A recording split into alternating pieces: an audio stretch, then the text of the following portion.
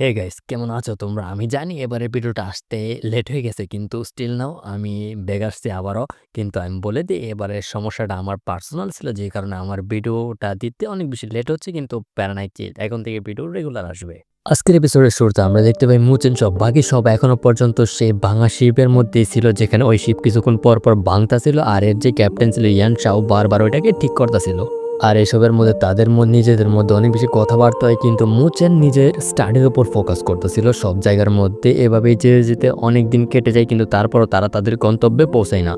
তারপর ফাইনালি তারা একটা সময় গিয়ে তাদের গন্তব্যে পৌঁছে যায় আর গন্তব্যে পৌঁছানোর পরপরই তারা তাদের শিপ থেকে নেমে যায়। আর ইউনশাও যখন নিজের ডিভাইন আই ইউজ করে তখন সে দেখতে পায় যে সামনে অনেক কিছু হয়েছে, মানে লড়ে বাগারা, যে কারণে সামনের যে স্টেট আছে ওইটা অনেক বেশি ভাঙচুর করা হয়েছে। যে কারণে সে মুচেনকে বলে, দেখো মুচেন, তোমার সামনে এগিয়ে গেলে তোমার যে ডিসেবলগুলো আছে এদের জন্য তোমার বিপদ হতে পারে, কিন্তু আমি তোমাকে বললি তুমি শুধু নিজের চিন্তা করবে, তাদের জন্য তোমার চিন্তা করার কোনো দরকারই নেই, কারণ তোমার জীবনই হলো এখানে সবচেয়ে দামি।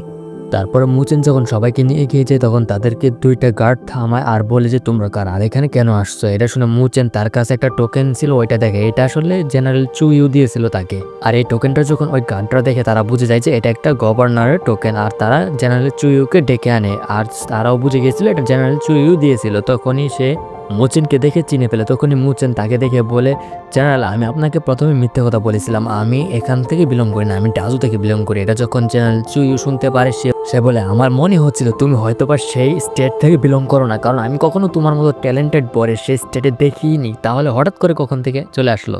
কিন্তু যাই বলো, আমার ভাই কিন্তু তোমার সম্পর্কে অনেক কিছু বলেছে আমাকে, তুমি অনেক বেশি প্রগ্রেস করতেছো টাই একাডেমির মধ্যে। এর সাথে চুইউ বলতে শুরু করতে, কিন্তু তোমাদের এখানে সাবধান থাকতে হবে, কারণ এখানে প্রত্যেক কদমে কদমে বিপদ থাকতে পারে, কারণ আমরা জানি না যে এখানে আসল সত্যিকারের বিপদ কি।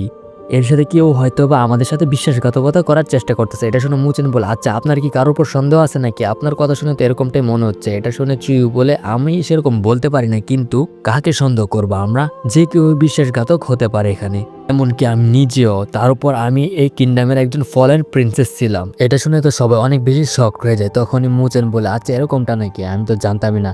এটা শুনে ওই চুইউ আবার বলতে শুরু করে দেয়, আমি ফলেন কিংডমের প্রিন্সেস হওয়ার কারণে আমি যে কোনো সময় ইয়াংকাং কিংডমের সাথে বিশ্বাসঘাতকতা করতে পারি, এরকমটাও তো হতে পারে। এটা শুনে তো মুচেন বলে, প্লিজ সিস্টার আপনি সবাইকে ভয় দেখানো বন্ধ করেন। তারপর চুইউ আবারও বলতে শুরু করে দেয়, আমার কিংডমের যত লোক আছে তারা সবাই আমাকে সবসময় ইয়াংকাং কিংডমের সাথে গাদ্দারি করার জন্য বলে, কিন্তু আমি এটা করি না, কারণ আমাদের কিংডম থ্রোনের থেকে বেশি ভ্যালু নিজেদের লোকেদের দিয়ে থাকে। এমন তো একটা সময় ইম্পিরিয়াল মাস্টার নিজে আমাদের কিংডমে আসছিল আর আমার ফাদারের সাথে বসে ডিসকাশন করছিল, যেখানে আমরা যেহেতু আমাদের লোকেদের বেশি ভ্যালু দিই, যে কারণে আমরা তখন ইম্পিরিয়াল মাস্টারের সাথে সহমত হয়ে গেছিলাম। তারপরে আমার বাবা আমার ব্রাদারকে সুযোগ দিয়েছিল যাতে ইম্পিরিয়াল মাস্টারের সাথে কম্পিটিশন করে তাকে হারিয়ে দিই আর আমরা আমাদের কিংডমকে নিজেদের মতো চালাতে পারি, কিন্তু আমার ব্রাদারও তাকে হারাতে পারেনি। তারপরে আমার ফাদার আমাকে দায়িত্ব দেয় এটার, কিন্তু ইম্পিরিয়াল মাস্টার আমাকেও হারিয়ে দেয়। তারপর আমাদেরকে একটা ফ্ল্যাশব্যাক দেখানো যেখানে ইম্পিরিয়াল মাস্টারের সাথে এই চুইউ ফাইট করতেছিল, কিন্তু তারপরে ইম্পিরিয়াল মাস্টার তাকে খুব সহজে হারিয়ে দিয়েছিল। তখনই ইম্পিরিয়াল মাস্টার চুইউকে বলে, তুমি আজকে থেকে এই কিংডমের জেনারেল আর তুমি হবে এখানকার কমান্ডার আসল। এটা শুনে চুইউ অনেকটা খুশি হয়েছিল আর সে বুঝে গিয়েছিল এখন থেকে ইয়াংকাং কিংডমও তাদের সাথেই থাকবে আর তাদেরকে সুরক্ষা প্রোভাইড করবে। এর সাথে ইম্পিরিয়াল মাস্টার এটাও বলে যে এখন থেকে তোমাদের সেক্টকে আমাদের স্টেটের লেজু সেক্ট বলে চিনা যাবে। তখনই সেখানে একজন গার্ড আসে আর চুইউকে বলে, মাস্টার 9 নেদার গেটের কিছু লোক আমাদের সিটির উপর দিয়ে উড়ে চলে গিয়েছে আর তাদেরকে দেখে মনে হচ্ছে যে তারা লো সিটির দিকে যাচ্ছে। আর লো সিটির কথা শুনে তো সে বুঝে যায় লো সিটি হলো লিজু সেক্টর একটা স্পেশাল কান্ট্রি। এই সিটিটা কিছুটা এরকম যে এই সিটিটার সাহায্যে লিজু সেক্ট বাকি সিটিদের সাথে কানেক্ট করতে পারে, কিন্তু 9 নেদার গেটের লোকেদেরকে দেখে মনে হচ্ছে তারা কোনো ইভেল চাল চালতাছে, যে কারণে তাদেরকে সাবধান হওয়া উচিত। আর লিজু সেক্টরের ভিতরে কিছু না কিছু তো নিশ্চয়ই ঘটতেছে, যেটা সুযোগ ওই 9 নেদার গেটের লোকেরাও উঠাতে চায়। আর যতটুকু আমি জানি 9 নেদার গেটের লোকেদের কাছে এমন একটা স্পেল আছে যেটার সাহায্যে তারা আন্ডারওয়ার্ল্ডের গ্রেডের সাথে কানেক্ট করতে পারে তাদের নিজেদের গেট, আর যে কারণে তারা তাদের মৃত সোলজারগুলোকে আবারও জীবিত করতে পারে। এটা শুনে মুচেন বলে, আমি তো ডেমনিক বুকসগুলো পড়েছি, সেগুলোর মধ্যে আমি যতটুকু জানি যে এইগুলোর মধ্যে এখনো পর্যন্ত কিছুটা এরার আছে, মানে টেকনিকগুলোর মধ্যে। এটা শুনে আরেকজন বলে, আমি যতটুকু জানি ডেমনিক টেকনিক বলে কোনো কিছু হয় না, এটা শুধু মানুষকে বোকা বানানোর জন্য বলা হয়। এটা শোনার পর আমার শুধু এটাই মনে হচ্ছে যে বড় ভাইটা মনে অনেক বেশি বুঝে। যাই হোক তখনই চুইও বলে আমার মনে হয় সব বিশ্বাসঘাতকের সাথে আমরা একাই ফাইট করতে হবে। এটা বলে সে তার ঘোড়ায় উঠে যায় আর বলে আমি সেদিকে যাচ্ছি একা ফাইট করার জন্য, আর তোমরাও তাড়াতাড়ি করে লু সেক্টরে যাও আর সেখানে যত 9 নেদার গেটের লোক আছে তাদের সবার বডি আছে তোমরা একসাথে করে জ্বালিয়ে দাও যাতে তারা আবারও রিইনকার্নেট না হতে পারে। এটা বলে সে সেদিকে চলে যায়। তারপর আমরা দেখতে পাই মুচেন সহ বাকি সবাই ওই সব বডি একসাথে জড়ো করে আগুন লাগিয়ে দেয়, কিন্তু তখনই মুচেন নোটিস করে যে তাদের বডির মধ্যে একটা আনডাইন স্পেল লাগানো আছে যেটা কিছুটা গ্লো করতেছিল। কিন্তু এখানে বডিগুলা জ্বলে যাওয়ার পরেও যে মন্ত্রগুলা ছিল মানে যে ওয়ার্ডগুলা ছিল সেগুলোর কিছুই হইতাছিল না। তখনই মুচেন ভাবতে থাকে এটা কি কোনো ট্রু সোল সামানিং টেকনিক হতে পারে।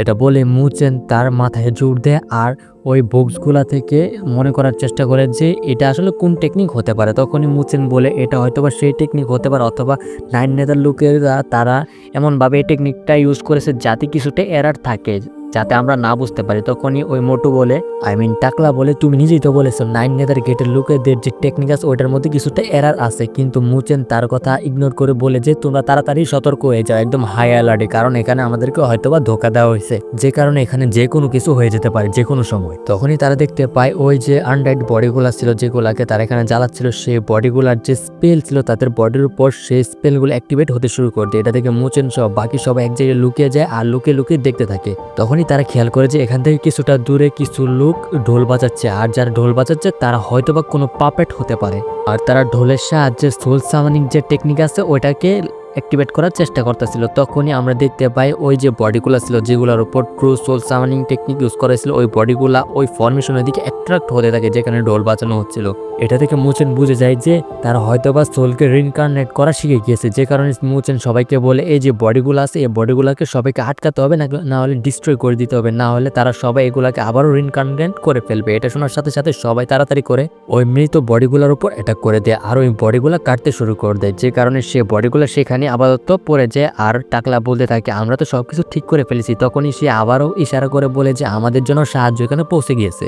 তখনই আমরা দেখতে পাই এখানে যে সোল সামানিং টেকনিক ছিল ওইটা ট্রান্সফর্ম হয়ে যায় আর অনেক বড় একটা গেটে রূপান্তরিত হয়ে যায় আর ওই গেটের ভিতর থেকে একটা অদ্ভুত ধরনের এনার্জি বেরোচ্ছিল যেটা ডার্ক রেডিশ ছিল আর ওই গেটটা এত বেশি বড় ছিল যে মুচিনের জন্য যত সব প্রিন্স এখানে সাহায্য করার জন্য আসছিল মানে তাদের সাথে যত সব প্রিন্সরা আসছিল তাদের শিপ নিয়ে তারা সবাই ওই গেটের ভিতরে যেতে শুরু করে দেয়।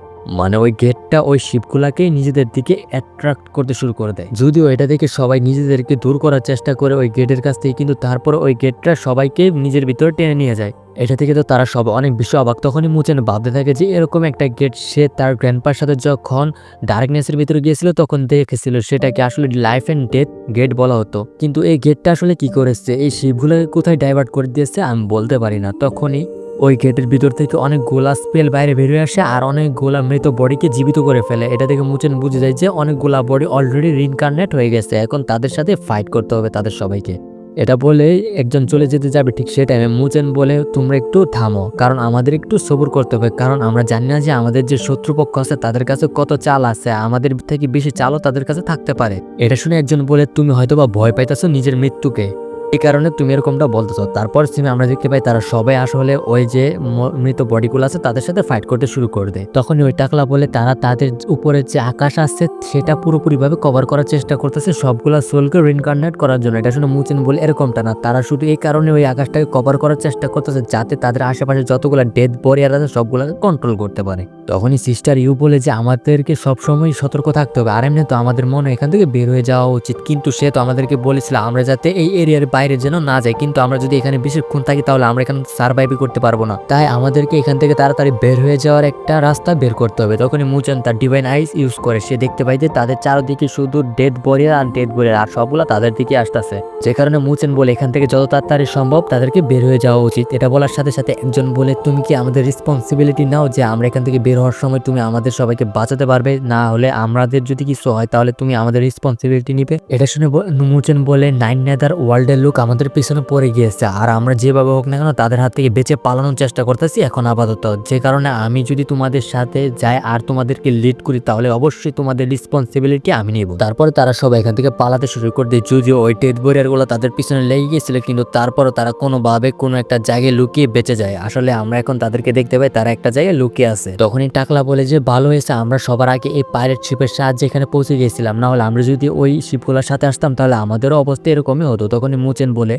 এটা আমার কাছে অনেকটাই অদ্ভুত মনে হচ্ছে, কারণ আমাদের শিপ আসার আগেই আমরা যদি ওই শিপগুলোর সাথে আসতাম তাহলে আমরাও তাদের সাথে ফেসে যেতাম। কিন্তু এটা কিভাবে সম্ভব যে তারা আসার সাথে সাথে ওই গেটটা এখানে অ্যাপিয়ার হয়েছে? আমরা যে এখানে আসবো এটার ইনফরমেশন তো কেউই জানতো না, একদম লাস্ট টাইমে আমাদেরকে জানানো হয়েছে। কিন্তু তারপরও তারা কিভাবে জানলো যে আমরা এখানে আসবো আর তারা ঠিক এই টাইমেই গেটটা অ্যাপিয়ার করেছে এখানে?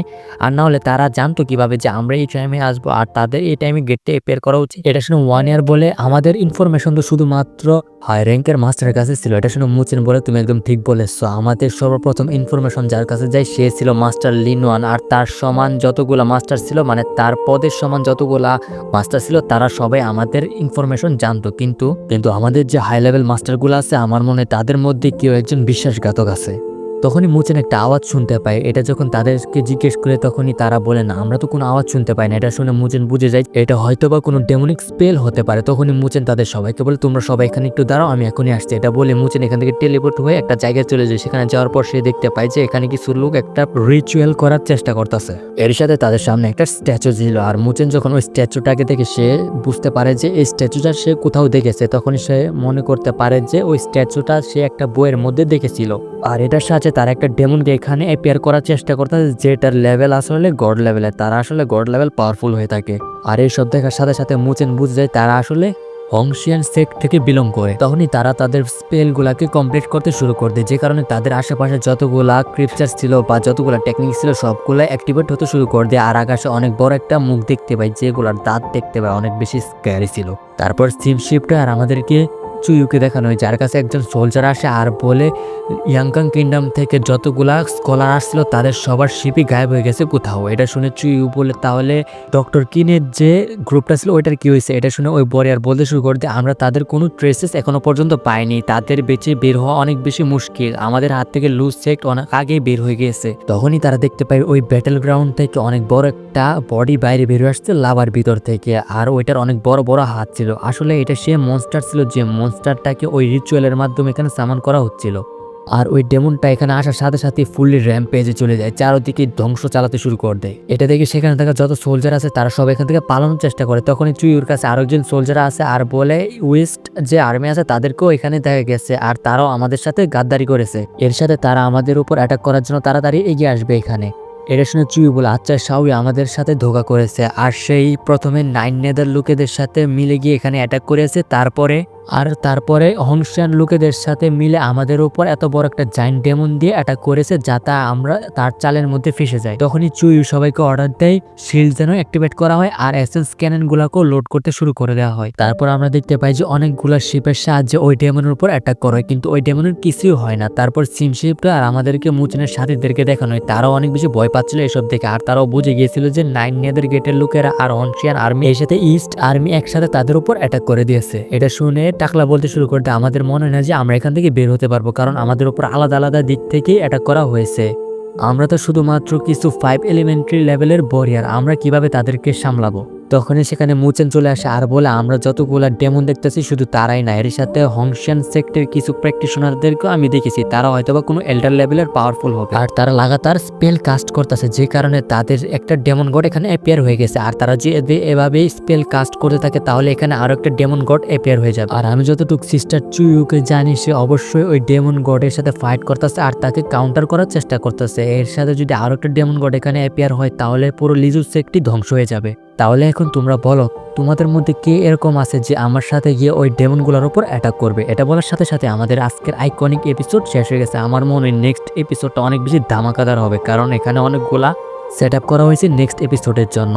আর আমার মনে হয় কালকের এপিসোডটা মানে পরবর্তী এপিসোডটা অনেক বেশি মজাদার হবে। তোমরা কিন্তু পরবর্তী এপিসোড একদম মিস করো না, ওইটা কিন্তু আসার সাথে সাথে আমি ভিডিওটা দিয়ে দিব।